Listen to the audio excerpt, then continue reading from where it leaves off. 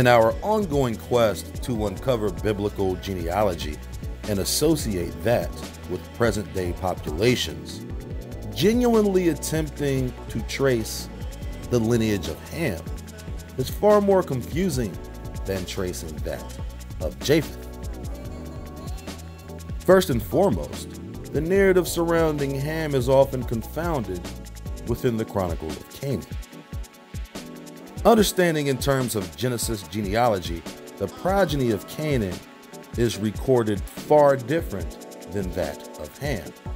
And within the later progeny of Ham comes even more genealogical disarray, because in more recent times, descendants of Ham became associated with Canaanites. When Ham beheld the nakedness of his father, Noah cursed Canaan, not Ham. However, this curse does not further specify the future of Ham's other sons, only that Canaan will be a servant to his brethren. This is important because Ham had already begotten 3 sons, Cush, Mitzrayim, and Phut, before Canaan had been born. Thus, they were not included in the curse related to Canaan.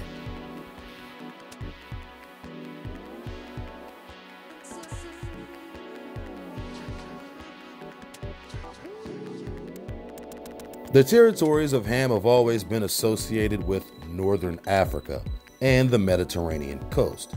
Of course, this area is directly across the sea from the lands of Japheth, and this relationship can be easily demonstrated by the genetic makeup of the people who inhabit these areas, as variables between the different phenotypes are geographically consistent.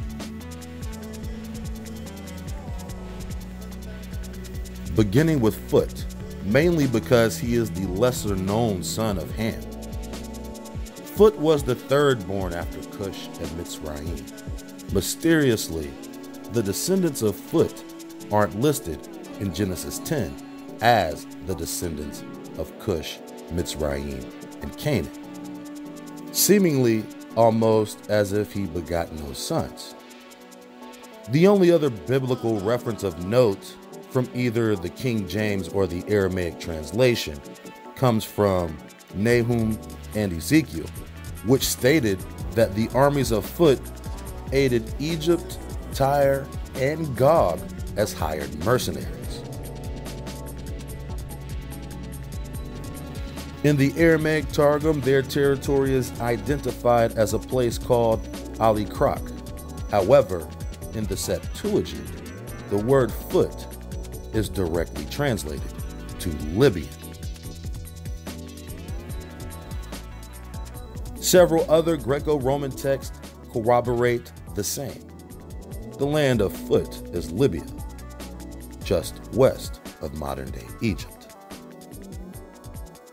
The more notable son Cush is quite a bit more ubiquitous due to the famous fruit of his loins, Nimrod, who the beginning of his kingdom was Babel, and was called Babel because the Lord did there confound the language of the entire earth.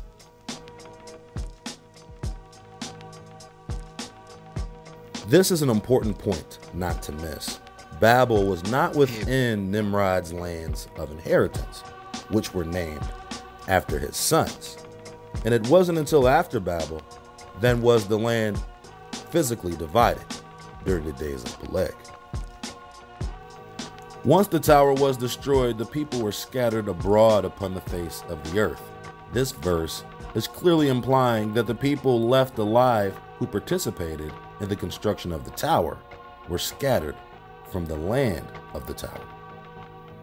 Therefore is the name of it called Babel, because the Lord did there confound the language of all the earth, and from thence did the Lord scatter them abroad upon the face of all the earth.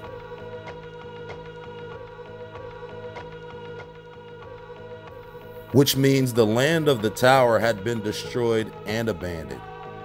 So the fact that the historical narrative puts the location of so-called Babel in the Middle East in areas with long histories of habitation makes the supposed location of this place in modern-day Iraq completely false.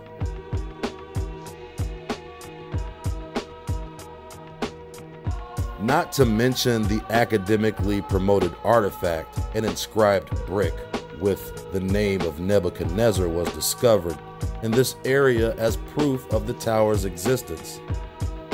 This is preposterous under any credible circumstance, including the fact that the tower had long been destroyed for over 1,000 years before the existence of Nebuchadnezzar.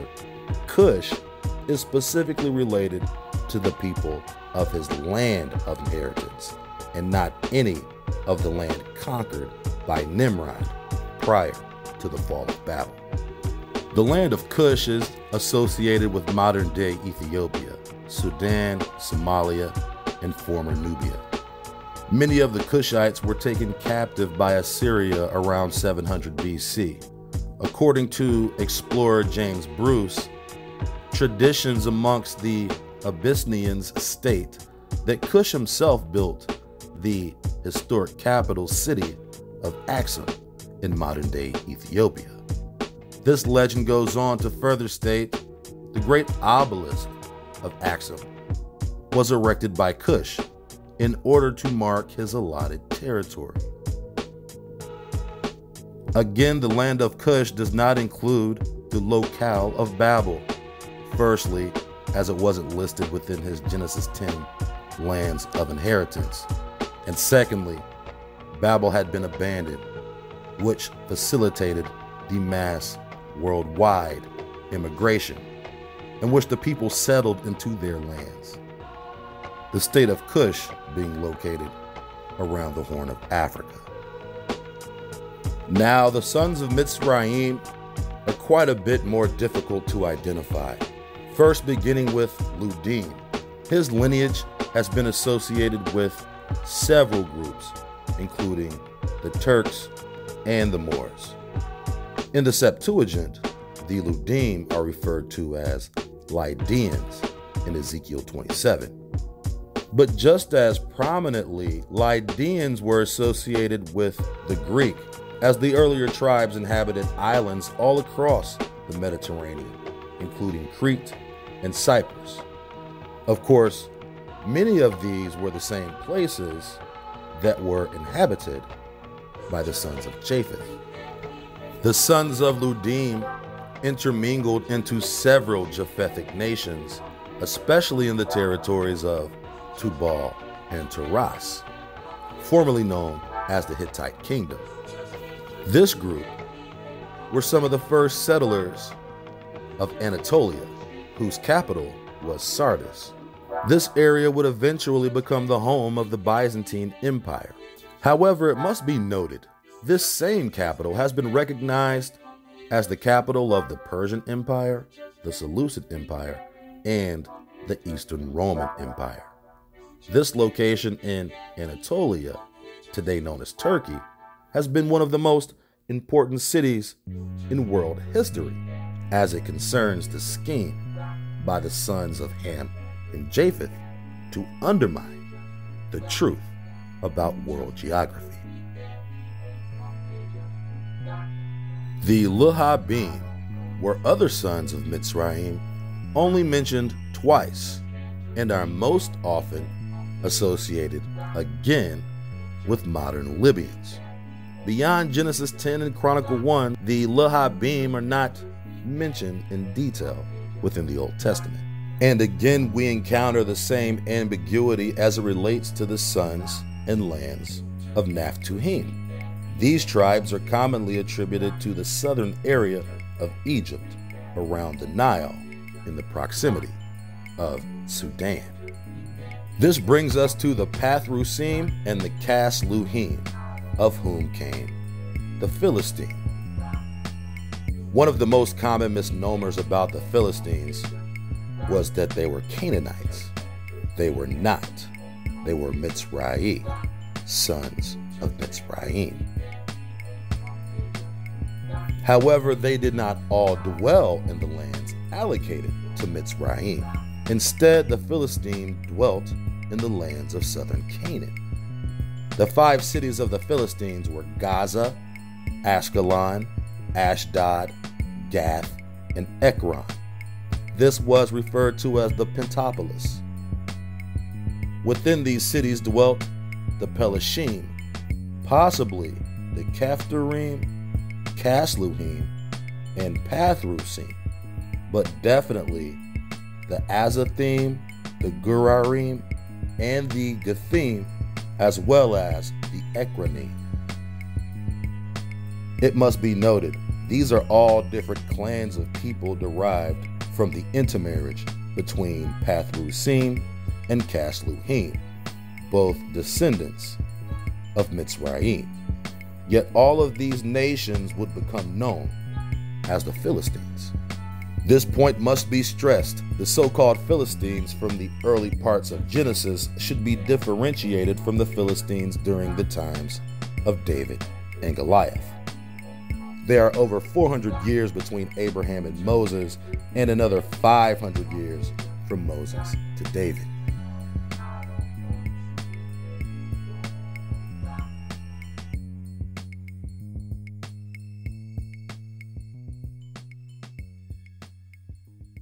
Chapter 2 of Deuteronomy describes the nations and types of people who had been inhabiting the Promised Land since the times of old. Among the different races who inhabited the land of promise, aka Canaan, were the Horim, aka Horites, the Amim, the Anakim, the Ammonites, the Zamzumim, and the Avim. According to Deuteronomy, these races dwelt in the territory recognized as Philistia. But the Caphtorim came forth out of the land of Caphtor and destroyed them. The Horites, often associated with the Hivites and later Hittites, were troglodyte cave dwellers, according to their etymology. Several biblical lexicons attest to this fact. The Amim, the Anakim, the Ammonites, the Zamzumim, and the Avim were giants and the remaining ancestors of the Rephaim. A serious question must be asked at this point. If all the giants were killed in the flood, as we presume in Genesis 7:23, which states every living substance was destroyed, both man and cattle, and only Noah and they that were with him on the ark were left alive. How could the giants have existed during the time of Exodus? How was it possible that this evil race of Nephilim could have reemerged?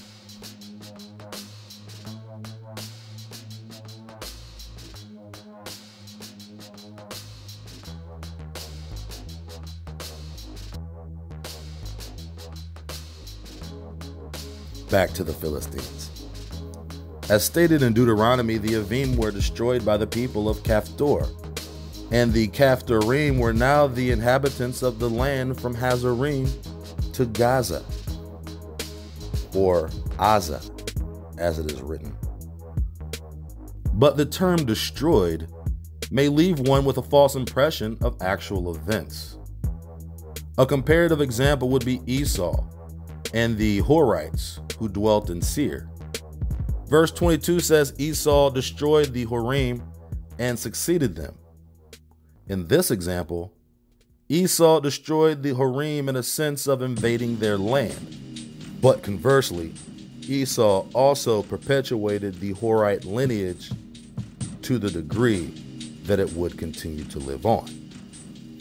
Genesis 36 states Esau took 2 wives from the daughters of Canaan, more specifically, Adah, daughter of Elon the Hivite, and Alohibama from Zibeon the Hivite. This Alohibama is the daughter of Anah, the one who found the asses in the wilderness. But remember, the word ass was used to describe human hybrids with the heads of animals like cats, dogs, monkeys, and bears, but with the bodies of humans. Esau intermarried with the Horites and created a new race of half Esau, half Horites, called Edomites. From this point on, Horite leaders were called Duke, which has been translated as head of 1,000. Presumably their destruction was the termination of their royal patriarchal lineage. In this complementary aspect, the Avim were destroyed in likewise philosophy by the Capharim, who dwell in their stead. Today known as the Philistines from the line of Mitzrayim, the term Olophaloi is used in the Septuagint instead of the word Philistines to differentiate the Philistines during the Exodus from the Olophaloi from the time of David. This brings us to the sons of Canaan, otherwise known as the Canaanites. Before going any further, we must mention the Canaanites did not dwell in their own lands of inheritance. Instead, they transgressed the agreement made by Noah and trespassed within the territories of Shem.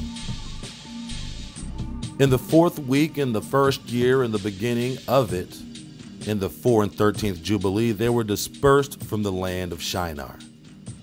Ham and his sons went into the land that he was to occupy, which he acquired as his portion in the land of the south.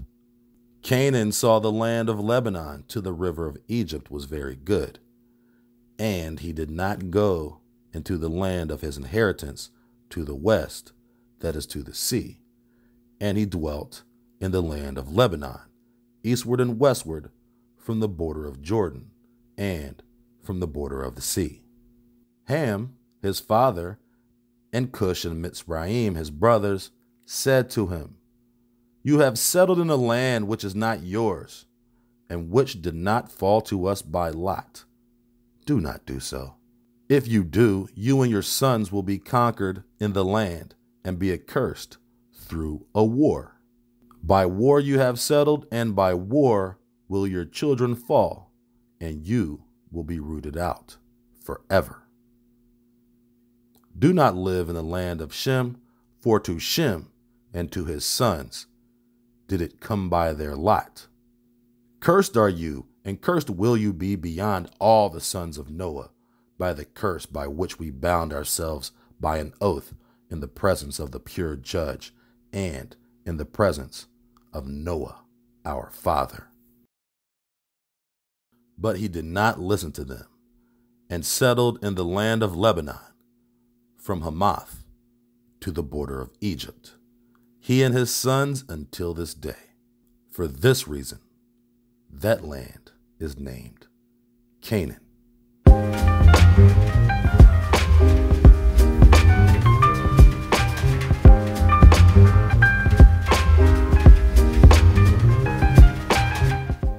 The first issue of reconciliation is understanding that the land referenced to as Canaan was in actuality Shem's land, which had been strong-armed by Canaanites after the scatter of people following the tower.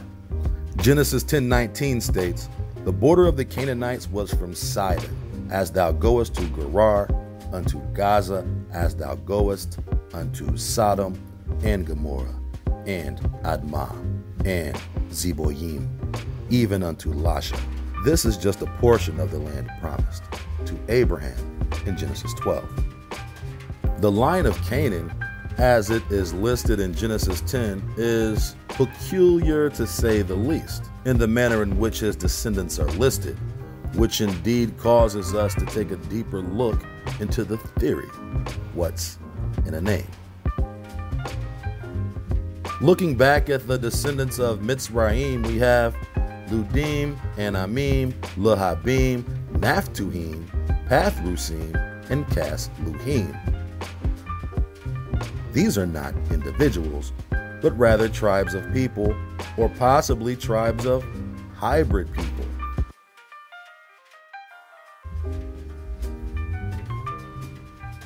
Each generation listed under Mitzrayim has no single progenitor in an individual sense, but rather a plurality distinguished as a clan, with the suffix yim.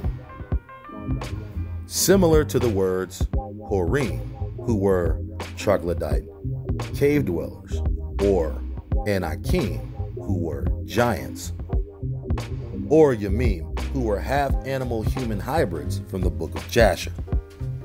Keeping this in mind, the lineage of Canaan is as follows. Canaan begot Sidon, his firstborn, and Heth, and the Jebusite, and the Amorite, and the Girgashite, and the Hivite, and the Archite, and the Sinite, and the Artavite, and the Zemarite, and the Hamathite. What we have here are several clans of Canaanites, with possibly 2 individuals sprinkled on top, Sidon and Heth. However, the Jebusite, the Amorite, the Girgashite, the Hivite, the Archite, the Sinite, the Artavite, the Zemarite, and the Hamathite are different clans, or possibly even different species altogether. A regular Lord of the Rings, complete with elves, dwarves, titans, hybrids, midgets, trolls, dragons, giants, wizards, magicians, and men. Many of these so-called people were expelled and destroyed utterly during the post-Exodus campaign of Joshua. Yet many still dwell in the land unto this day.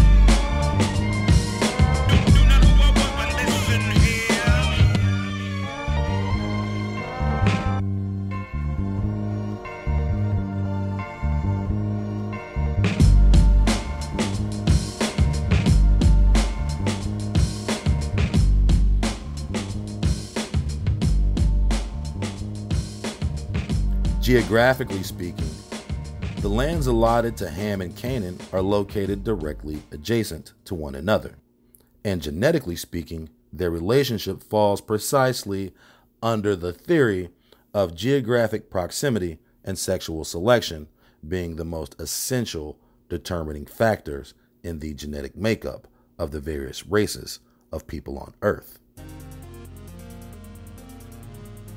The out of Africa theory is the most widely accepted model in the current world of science. This theory postulates that Homo sapiens developed first in Africa and then spread throughout the world in different migrational waves. Another theory gaining traction is the multi-regional theory, which proposes the idea that humans developed simultaneously in different areas. For example, the people in China being developed from a different group north of the Himalayas, and the Australian population being developed in a different group south and east of the Himalayas.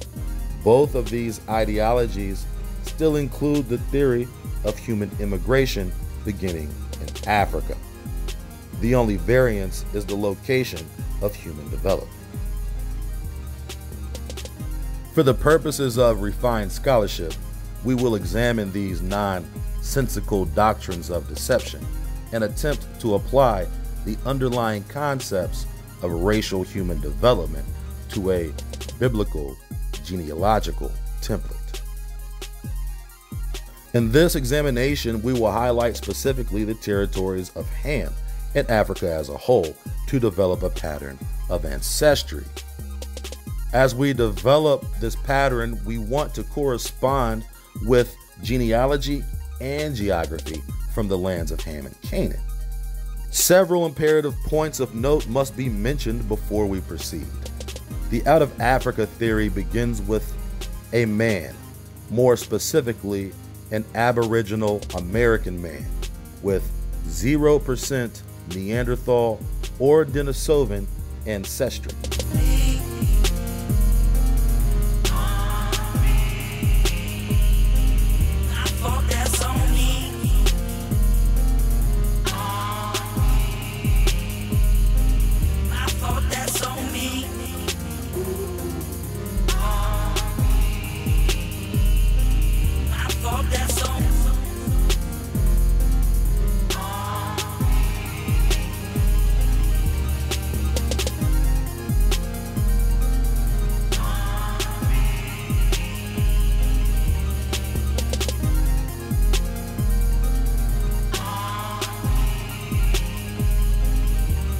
This may seem contradictory, so to explain in further detail, this Aboriginal American man is named Albert Perry, who was born in South Carolina.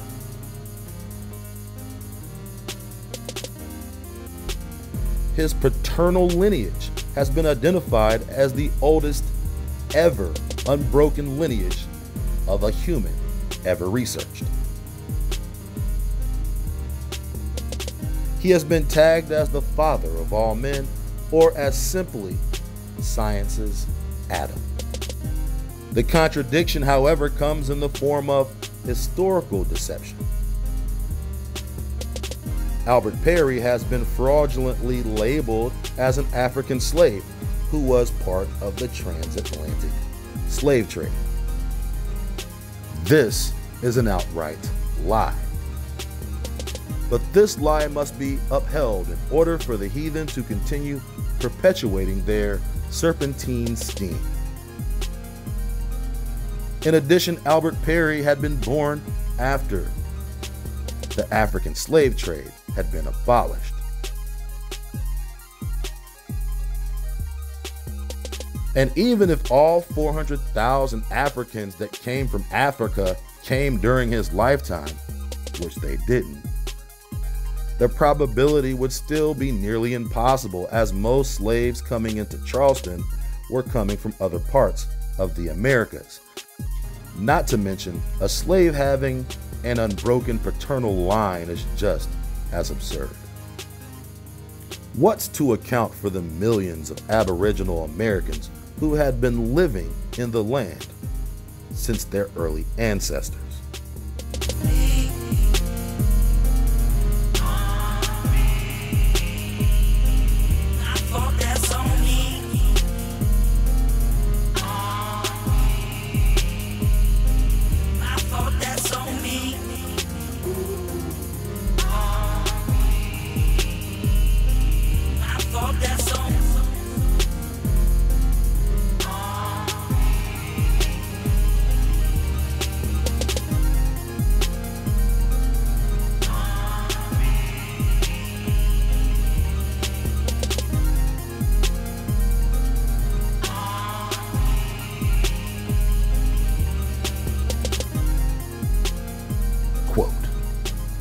NewScientist.com. Source: American Journal of Human Genetics. It's a cool discovery, says John Wilkins of the Ronan Institute in Montclair, New Jersey. We geneticists have been looking for Y chromosomes about as long as we've been looking at anything. Changing the root of the Y chromosome tree at this point is extremely surprising. Digging deeper, Hammer's team examined an African database of nearly 6,000 Y chromosomes and found similarities between Perry's and those in samples taken from 11 men, all living in one village in Cameroon. This may indicate where in Africa Alfred Perry's ancestors hailed from. See what they're doing here? If they can steer you into deception, if they can mislead you, that's exactly what they're going to do, because it helps their theory become more solid or credible. Clearly a South Carolina man.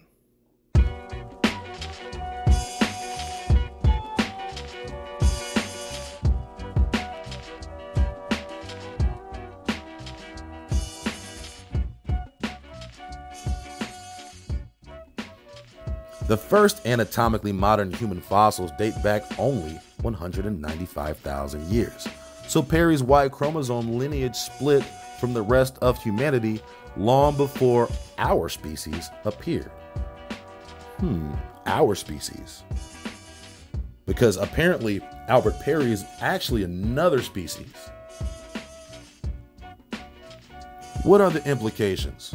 One possibility is that Perry's Y chromosome may have been inherited from an archaic human population that has since gone extinct.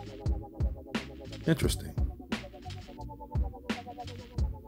If that's the case, then sometime within the last 195,000 years, anatomically modern humans interbred with an ancient African human.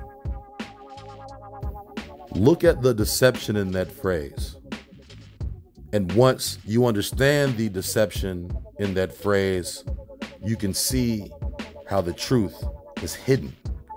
Anatomically modern humans interbred with an ancient African human.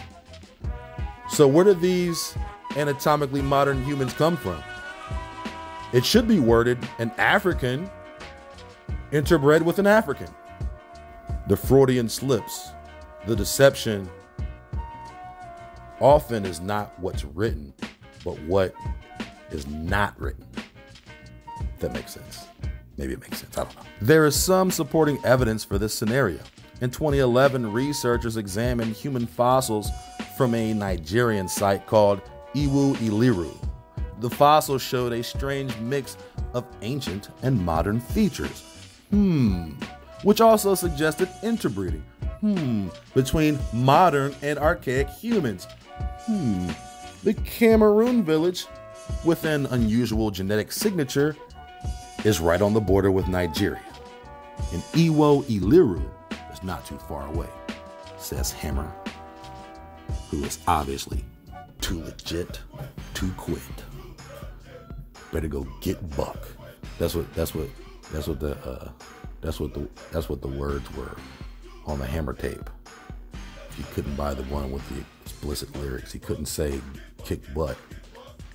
He said get buck. Get buck, get buck.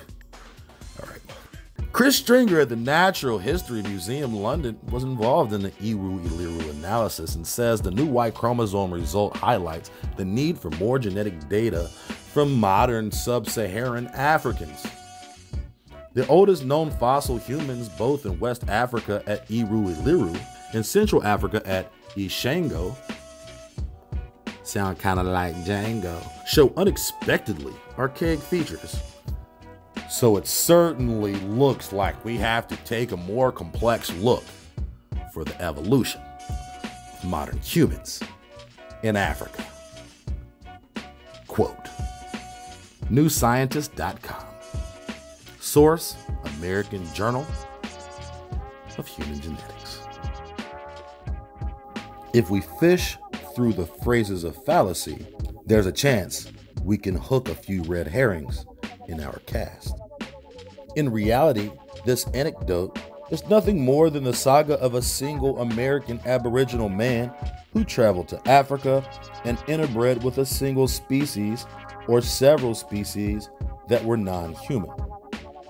And the migrational theory is a concocted narrative of different types of human hominoid hybrid species carrying out some form of selection, whether that be natural or artificial.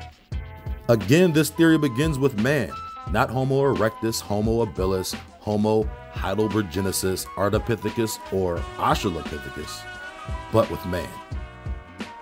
rather than the preposterous theories of evolution in which assert these species become human over time as a result of various eras of intellectual development. We will deal in reality and nature, which demonstrates the fundamental elements of phenotypic and genotypic development, which are geography and sexual selection. Beginning with the academically accepted map of human genealogy, the narrative states that a man who was apparently discovered in the corner of West Africa is considered the Y chromosome father of mankind. This is the exact location in Africa attributed to the home of American blacks, mislabeled African Americans. Check any slave narrative and then check the supposed place on official Ancestry.com, 23andMe, Family Tree DNA, or any charlatan DNA scam outfit labels the ancestral home of American blacks. The results will come back unanimously West African. Even dogs owned by black people are coming back West African. After swabbing the family pet's mouth and sending the swab to AfricanAncestry.com, several families were surprised to learn that their dog was indeed West African.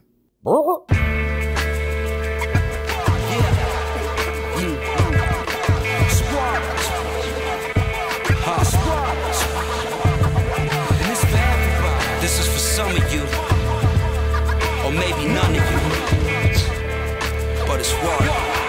Everybody. They be saying I'm out of pocket and maybe I am. Forgive me, I'm blazing the path, that's just the way that I am. We got our eyes on the prize, but man, our prize is different. People think I owe them something, I feel like they owe me nothing, I owe me something. Only is my only function. It's lonely hunting, homie, but I'm on these hunches. These suckers is only punches. And couldn't kick knowledge. Legit scholarship from a brother who quit colleges. Now beats is collages, art deco, make a sharp echo in your heart tempo. And I ain't playing with it. My nigga, I'm slaying with it. Knew it from the start, let go. This is the part where the rapper gets direct. Y'all better act correct before them fans is at your neck. In the past, I was passive, just for the sake of getting past situations. Hadn't mastered the art of how to grasp it. Decisions I didn't say decisions came to imprison me. So yeah, you can say that I started to act differently. I'm trying to drop baggage off on the way to the palace. But I would still turn savage. People who think I'm average, people who think I owe them, or people who think they built me. Nigga, this shit is classic. It's Timothy Leary acid, and mostly I've been chilling, laying low, keep it quiet. Got so much in the chamber while niggas is making bangers, I'm mashing. I'm trying to fuck your head up. You trying to get a leg up, you get fucked that way. It's bad luck that way. Took the last bus that way, now we stuck that way. I've been on mine the whole time, you've been on yours. Even when I detour, I still keep it on course. Like the crowd want another jam. Couldn't be no other than, wouldn't be no other man. Cousin, it's what? It's for everybody. It's what? It's for everybody. It's what? It's for everybody. For some of you, or maybe none of you.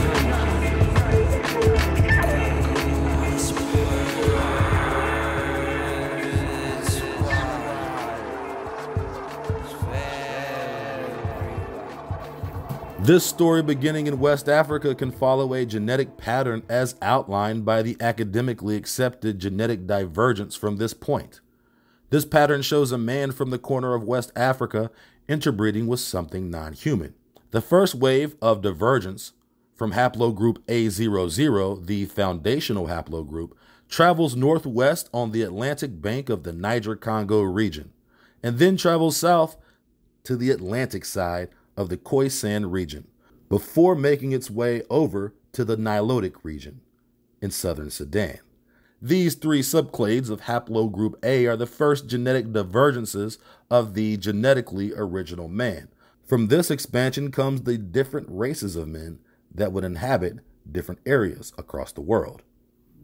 From this initial divergence, we can start to see the variations of appearance between the races. Another important aspect of this variation is biogeography, which is the study of species within specific genetically inhabitable territories distinguished by their natural boundaries. For this template, we will compare and contrast modern genetics with the accepted idea of post-Babel biblical locations, with one explicit exception. The lands of Shem do not exist on the African or Asian continent.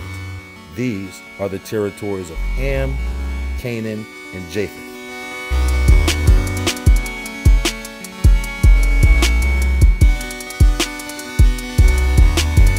While the majority of Neanderthal DNA is centralized in Europe and Asia, the northern part of Africa above the Sahara does have a significant population with this genetic characteristic.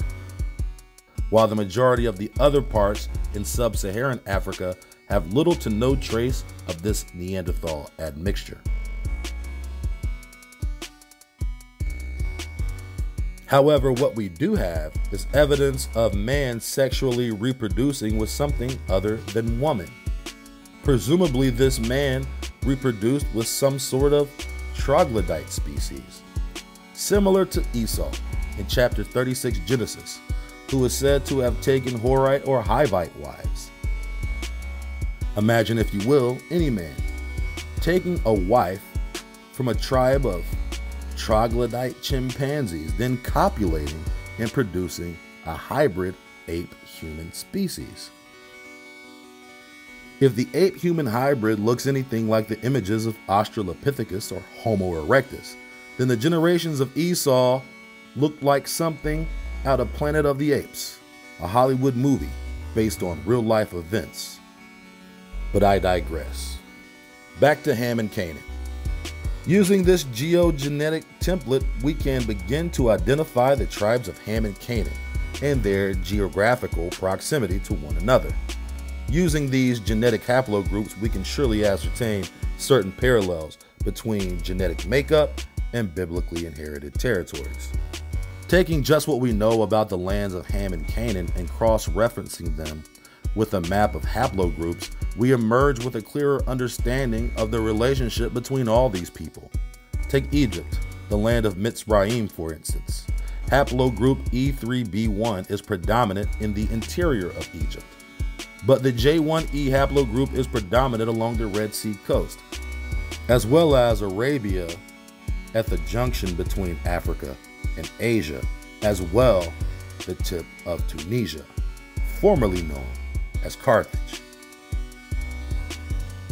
According to the Septuagint in Isaiah chapter 23, Carthage is written in place of Tarshish. Tarshish is most commonly associated with the once great merchant city of Tyre, which was possibly an island city of great commercial prestige, eventually destroyed and lost to sea. In verse 11, the Septuagint makes another correlation in defining Carthage and Canaan simultaneously. If we were to apply this information to the genetic map, we can clearly see the relation between the people of Tunisia with the people of the Afro-Asiatic confluence. Interestingly, the E3b2 Berber haplogroup follows a similar ancestral relationship to the representative lineage of Mitzrayim and Phut, but it must be noted, on this map, these population groups are part of a post-Caucasian immigrational wave, which saw people who had moved from the Caucasus back into Africa, apparently after the out of Africa migration, which brought the Homo hybrid human into the mountains of Caucasia for generations of interbreeding with these Neanderthals.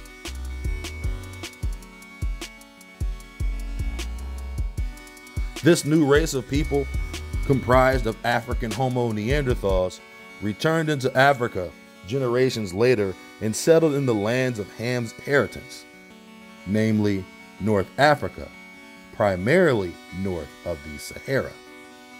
These areas are highlighted with primarily haplogroups E3b1 and E3b2, as well as other variations of the E haplogroup. People in these particular regions are ethnically classified as Berber in these areas, Egyptian in these areas, and Cushitic primarily in these areas. Many of these people fall under the Afro-Asiatic language family, and now we have an entirely new understanding of the true meaning behind the term Afro-Asiatic. The reason why they are indeed labeled this tag is because they are Caucasians, aka Asians, who live in Africa. That's how we get Afro-Asiatic. The highest concentration of Neanderthal blood on the continent of Africa resides in the veins of these particular people. The Hamitic title has been applied to these races of people. Caucasian DNA is predominant in these areas. Much of the population is over 90% Caucasian, with small percentages of sub-Saharan Negro mixed in. As we travel to the Horn and to the south, we can notice the admixture from Caucasian to Negroid increase. In comparison to the northern Hamitic races, the Nubian and Egyptian stock still could have as much as 50% Caucasian admixture. However, it is generally accepted that these people are roughly between 30 and 40% Caucasian.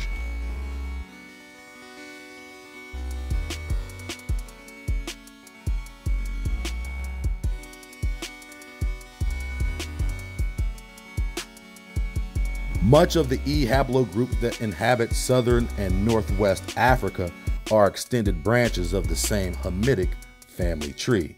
These people are the result of multiple waves of interbreeding, hybridization, and migration.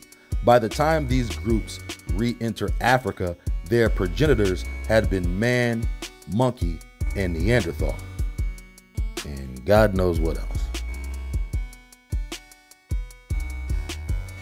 This brings us to Canaan, whose areas are in the present-day Middle East, primarily between Anatolia and the Arabian Peninsula. This bloodline comprises of mainly the J1 and J2 haplogroups, according to the top geneticists. This subgroup evolved in Western Asia. The concentration of this haplogroup is highest in the Caucasus and in the Arabian Peninsula, but there are significant amounts of these people in Turkey, Syria, Lebanon, Morocco, Tunisia, Ethiopia, Spain, Portugal, Italy, even China. Using the Septuagint verse from Isaiah 23, we have a precise location for Canaan, Carthage. The present-day location for Carthage is the country of Tunisia. This is the set of the theater of the Punic Wars, which occurred over 2,000 years ago, according to the scribes. If this chronological timeline is true, these wars are indeed contemporaneous with biblical prophecy. Let's investigate this particular example.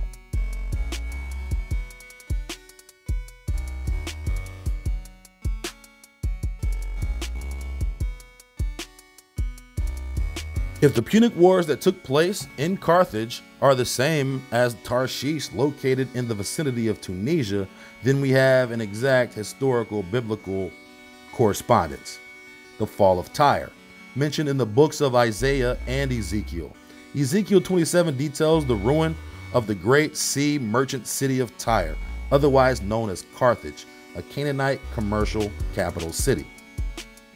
This chapter goes on to explain which families these merchants were in business with by not only identifying the name of specific families, but also the nature of their business. Jumping to verse 10. Verse 10, quote, "They of Persia and of Lud and of Phut were in thine army, thy men of war. They hang the shield and the helmet in thee. They set forth thy comeliness. The men of Arvad with thine army were upon thy walls round about. The Gammadims were in thy towers. They hanged their shields upon thy walls round about. They have made thy beauty perfect. Tarshish was thy merchant, by reason of the multitude of all kinds of riches, with silver, iron, tin, and lead. They traded in thy fairs. Javan, Tubal, and Meshech, they were thy merchants. They traded the persons of men and vessels of brass in thy market. They, the house of Togarmah, traded in thy furs with horses and horsemen and mules. This saga correlates perfectly with the mercenary wars and Phut's role as the hired sword. As we can see here, Phut, son of Ham, is mentioned in the army of Tyre as well as the men of Arvad. These men were hired as mercenaries of protection. Tyre was a shipping empire who controlled the maritime world. This empire consists of coastal cities along the Mediterranean, but also the Promised Land. And we're not talking about this Canaan. We're talking about this Canaan.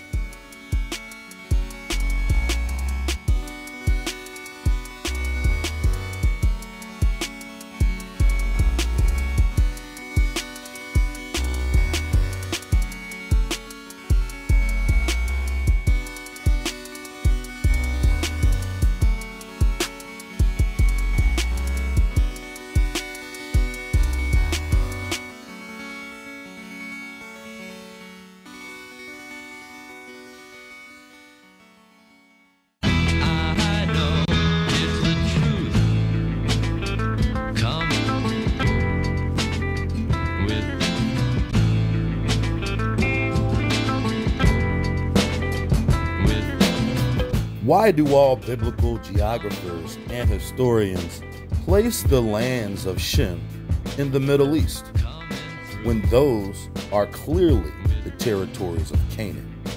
Why has the land of Canaan never changed? And why does America seem lost on old world maps? According to several biblical sources, Canaan was across the sea. How could Canaan be across the sea from itself when the Greek ruled the entire Mediterranean? In the Septuagint, Isaiah 23 asks, is this that great city that sent settlers across the sea to establish colonies? Which sea did they cross? And in what lands did they establish colonies? If interbreeding is the true mechanism for the morphization of the species known as modern human, then what exactly is evolution? And what exactly is a modern human?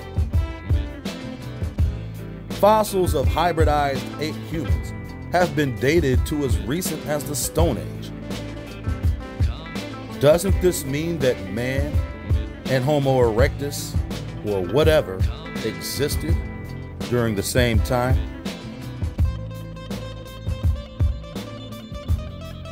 If Albert Perry was truly of African origin, then why can't his paternal ancestors be located on the continent of Africa? When Esau took Horite wives, were these wives human? If the Horites were troglodytes, were they Neanderthals or ape people? In Greek, the troglodyte are often referred to as cave people, but in science, the genus Pan-troglodyte is the highest intellectual class of the great ape. When Esau's father-in-law, Anah, found the asses in the wilderness, which continent was he on? According to geneticists, Africa is the most genetically diverse continent on Earth. And these same geneticists claim Africa is the home of mankind.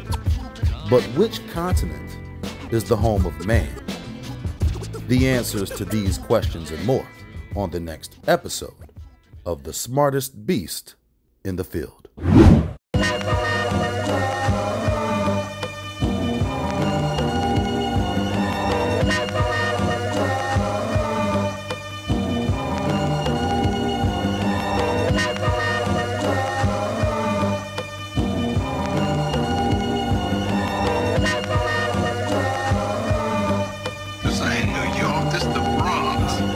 As I take every step, I can see every breath in this frigid landscape. What fire can a man make?